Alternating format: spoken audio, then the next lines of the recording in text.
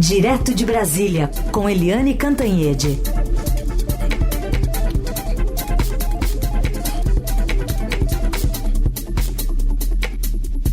Oi, Eliane, bom dia. Bom dia, Raíssen, Carolina, ouvintes. Bom dia, Eliane, bem-vinda. Bom, ontem você já trouxe alguns pontos, antecipou aqui para o nosso ouvinte, para o leitor do Estadão, do que estava acontecendo nos bastidores aí em Brasília, né, um pouquinho antes da nomeação, da oficialização do anúncio do nome de Ricardo Lewandowski. Ontem o presidente disse que ele vai ter autonomia para renovar a equipe do Ministério da Justiça, mas que os dois vão conversar para ver quem fica, quem sai e quem entra no órgão. E o presidente também destacou, né, nessa cerimônia, nessa apresentação, a chegada de Lewandowski ao Ministério como uma escolha pessoal e enalteceu muito também a troca, né, do ministro atual Flávio Dino à corte máxima do país. Queria que você trouxesse para a gente mais um panorama de como ficaram essas conversas e do que a gente pode esperar daqui para frente nessa montagem de equipe. Bem, vamos lá. A gente teve ontem, né, esse anúncio e o presidente Lula deixando claro que deu carta branca para o Lewandowski montar a equipe dele. Lembrando que há aí uma disputa entre a equipe do Flávio Dino, do PSB, com a equipe que o Lewandowski quer trazer, que é do PT. Né? E o Lula disse, eu gostei muito da frase dele, dizendo, olha, é como técnico de futebol, você aceita ser técnico e você monta a sua equipe, né? Não é porque o outro é presidente do time é que tem direito de montar a sua equipe. E aí advertiu, se der certo, tudo bem, se não der, troca o técnico. Mas aí o Lula depois disse, olha, depois que ele monta a equipe, aí ele me submete à equipe, eu dou uma olhada, ver se eu concordo com os nomes. Mas o fato é o seguinte, realmente, Carolina, Raíssen, ouvintes, o Lula fez muitos elogios à gestão do Flávio Dino, que está atravessando a rua do Ministério da Justiça para o Supremo Tribunal Federal, e também ao Lewandowski, que está fazendo o caminho inverso, está atravessando a rua do Supremo Tribunal Federal para o Ministério da Justiça. O que está previsto de mudança no espírito do Ministério da Justiça? Primeiro, o Ministério até agora teve um ministro muito atuante, que o Flávio Dino é muito falante, né? É muito exuberante, e foi o ministro talvez que teve mais visibilidade do governo no primeiro ano do terceiro mandato. Já o Lewandowski é low profile, né? Ele é um homem muito mais discreto, muito mais contido nas palavras, na exposição, mas de qualquer jeito o Lewandowski tem um grande desafio e ontem eu falei com ele e ele me disse, o grande desafio dele é a segurança pública. A segurança pública porque a violência está fora de controle.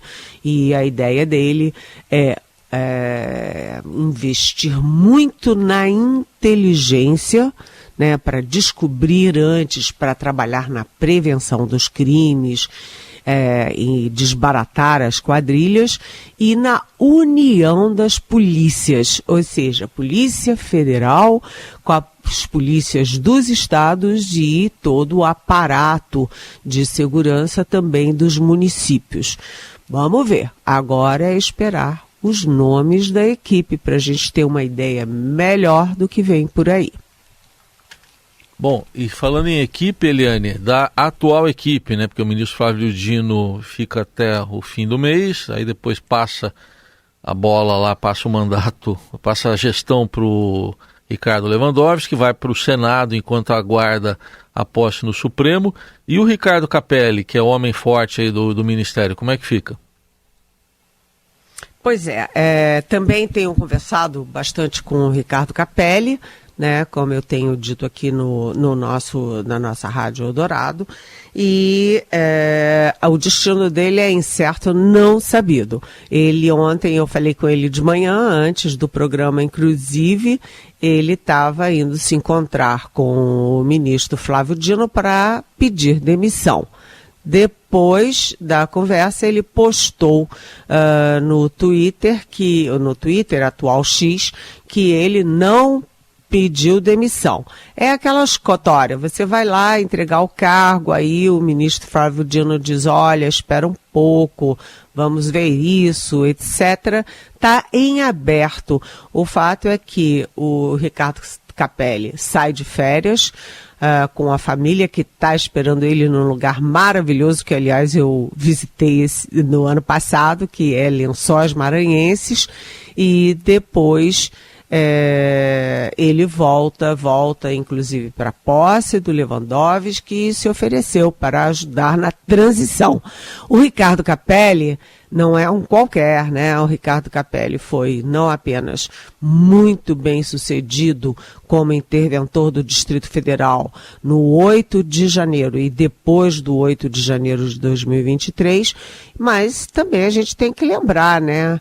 Quando o Lula estava com aquele problemaço no Gabinete de Segurança Institucional, GSI, cheio de bolsonaristas, ele é que foi chamado pelo Lula para dar um jeito na coisa. E em 14 dias, o Capelli demitiu 87 militares do Gabinete de Segurança Institucional, fez uma limpa para recomeçar do zero, né? Então, ele tem serviços prestados e ele é um homem de segurança pública, né? Aquela coisa firme, né? De ação. Então, o Lula e o Flávio Dino pediram mais tempo para ele.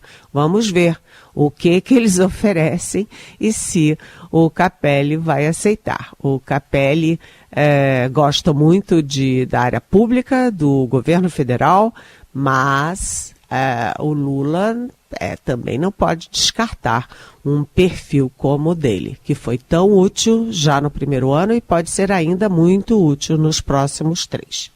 E as férias dele devem durar o quê? Uns 30 dias mesmo? Não. Ele volta para posse. Ele volta para posse. Ele está prevendo voltar para o Brasil dia 20... Para Brasília dia 22. 21, 22. Só esse tempinho para a poeira baixar um pouquinho aí. A gente bom lugar, né? Um bom Lençóis Maranhenses. A poeira ou a areia baixar? Areia baixar é melhor. Muito bom. A gente vai continuar com a Eliane Cantanhede para falar agora sobre inflação, que voltou para a meta após 2 anos, né? O IPCA fechou em 2023 no patamar de 4,62% para um teto da meta do Banco Central de 4,75%. E aí tem alguns destaques, né? Alta de preço registrada em dezembro, apesar de ter sido alta, superou projeções de economistas. Quando você coloca na média, a gente tem um resultado positivo para 2023. Queria que você comentasse um pouquinho sobre esse resultado e os desafios para esse ano agora, Eliane.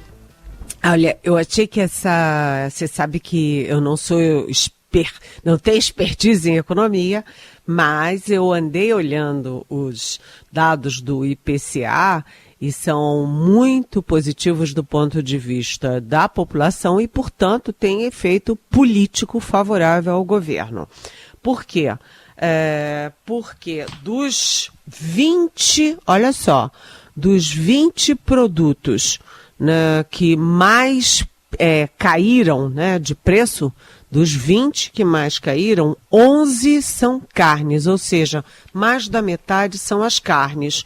Você tem ali, o que mais caiu foi fígado, mas você tem carne de frango, carne de um determinado peixe, e você tem vários cortes de carne bovina, inclusive a picanha, que caiu 10,69% em 2023. E a picanha tem uma simbologia forte, porque o presidente Lula, quando estava em campanha, prometia, né, que o brasileiro tinha direito de comer a sua picanha, tomar sua cervejinha no fim de semana.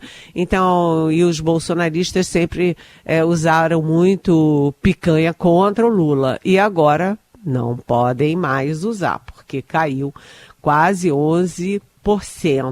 Eu achei essa definição muito boa, essa resolução aí do IPCA, né? Agora, a outra coisa é que o custo com comida das famílias, que foi 1,03%, é o melhor índice desde 2017. E por que a carne caiu tanto de preço?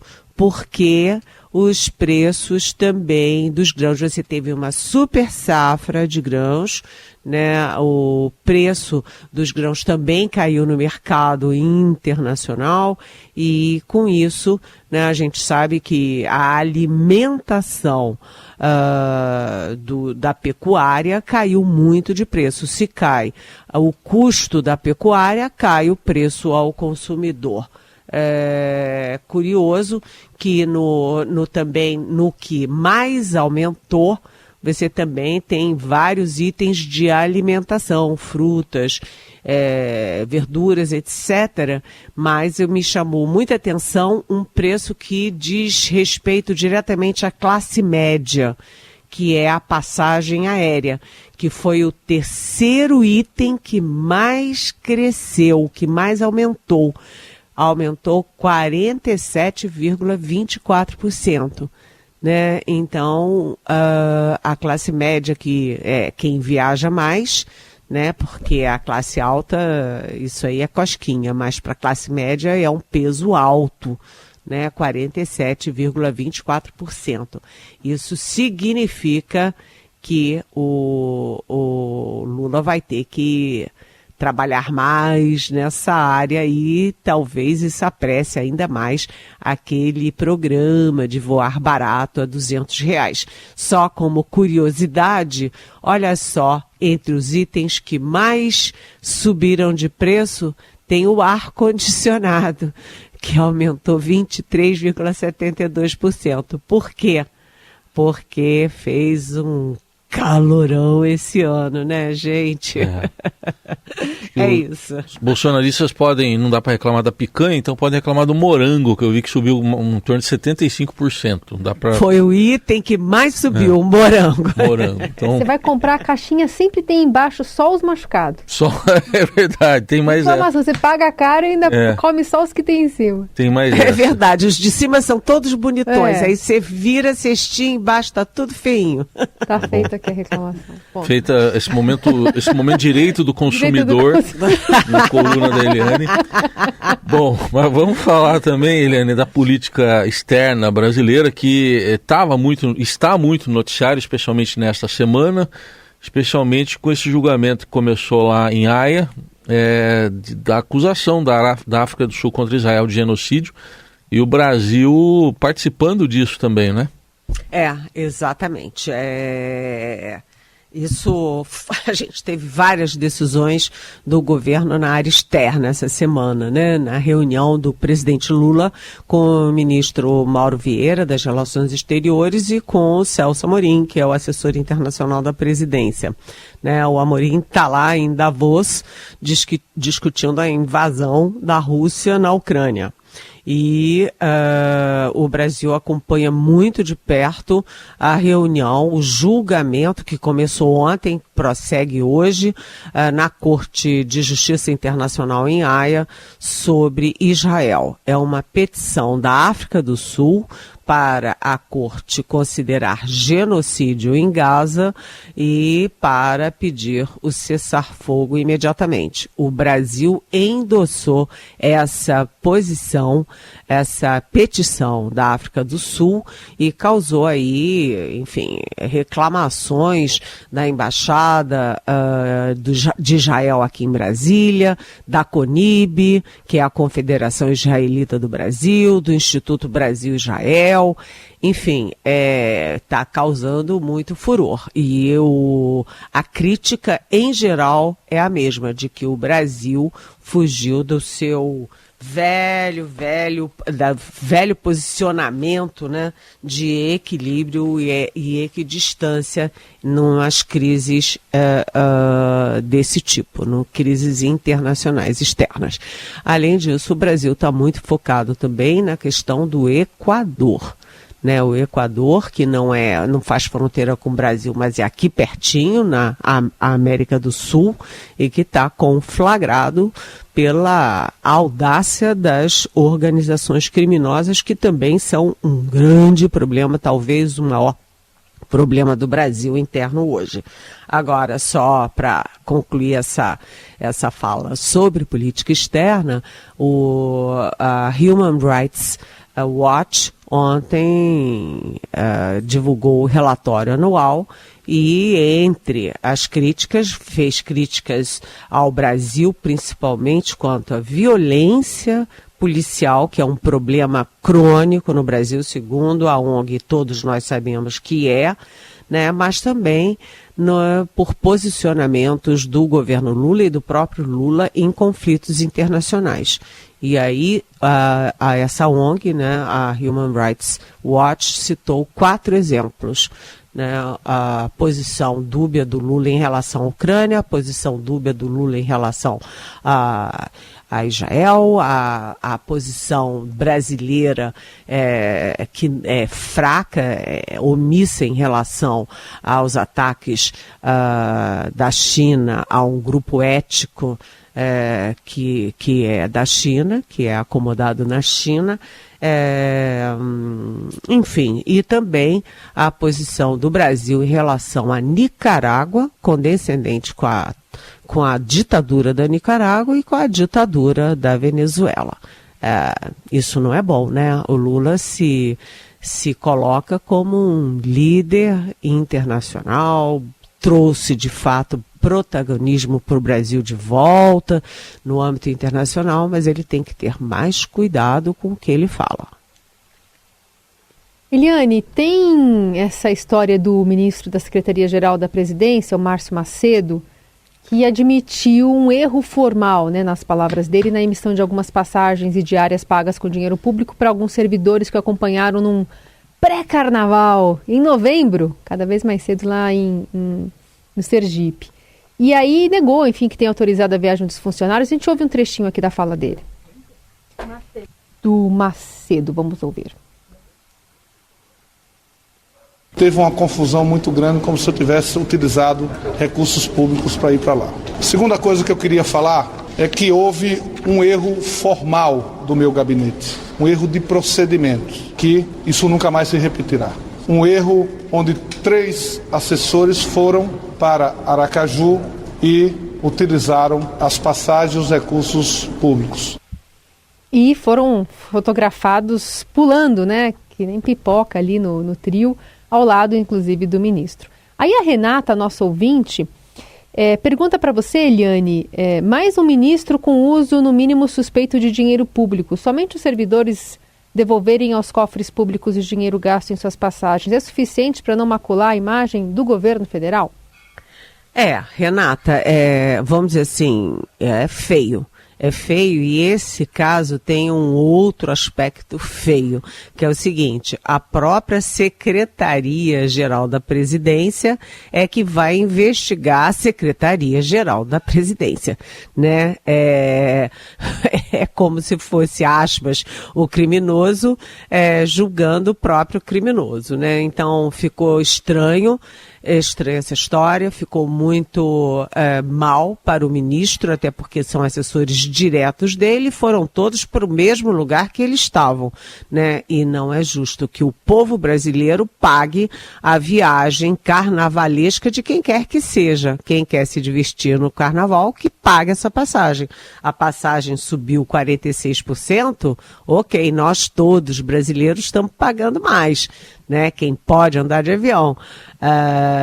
Então, eles que pagassem ou não fossem.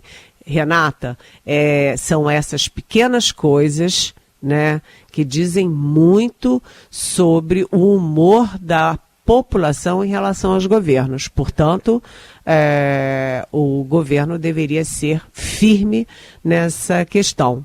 E até agora não tem sido. Você vê que o Juscelino Filho, depois de sucessivas reportagens sobre ele e o Ministério das Comunicações no nosso Estadão, está lá, firme e forte, ninguém mexe com ele. E olha, eu nem vou citar aqui as acusações contra ele, porque são tantas que a gente perderia o programa inteiro, Renata.